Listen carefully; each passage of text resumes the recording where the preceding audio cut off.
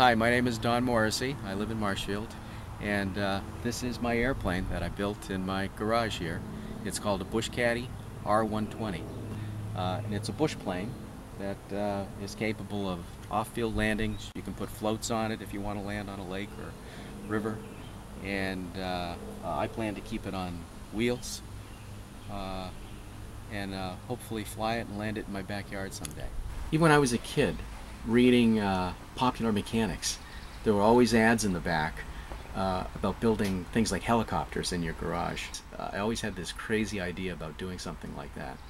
What I didn't know at the time, and you really wouldn't until afterwards, is just the amount of pleasure and self-satisfaction you get from building something like this, creating it basically out of nothing, and all of a sudden one day you look at it and you say, wow, that really is an airplane. This is the interior. It's a little tight, as all small planes are. You can see I kind of have it to a state of completion that I'm ready to put the instruments in and finish up the controls. This is a steering mechanism. It has a skylight. I can't tell you how much time some of this takes. I probably spent 3 days on this thing, and this will, this goes up here and ends up hiding all of that when it's done. When you build an airplane,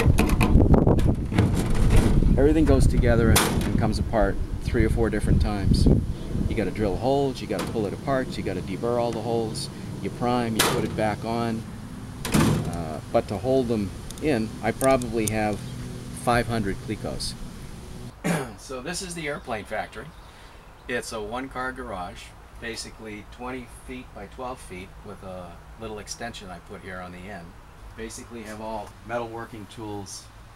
They really aren't the kind of tool that a normal guy around the house would have, because they mostly involve working with metals. Once you're done, you're not going to use a lot of these afterwards. It's pretty much the way it works. It's a little out of the ordinary, it's a little unique, in that it makes you think in a different fashion. And that's good, because it makes you realize that you're capable of doing things that maybe perhaps you thought you could never do. And I've met some terrific people, all because of the internet, all over the world really, but across Canada and the United States, different people that are building this airplane and other airplanes that just go out of their way to help you. Wonderful, wonderful, friendly people, and who basically you've never met, and hopefully someday you do, when maybe you can fly into their airport. Go flying with them.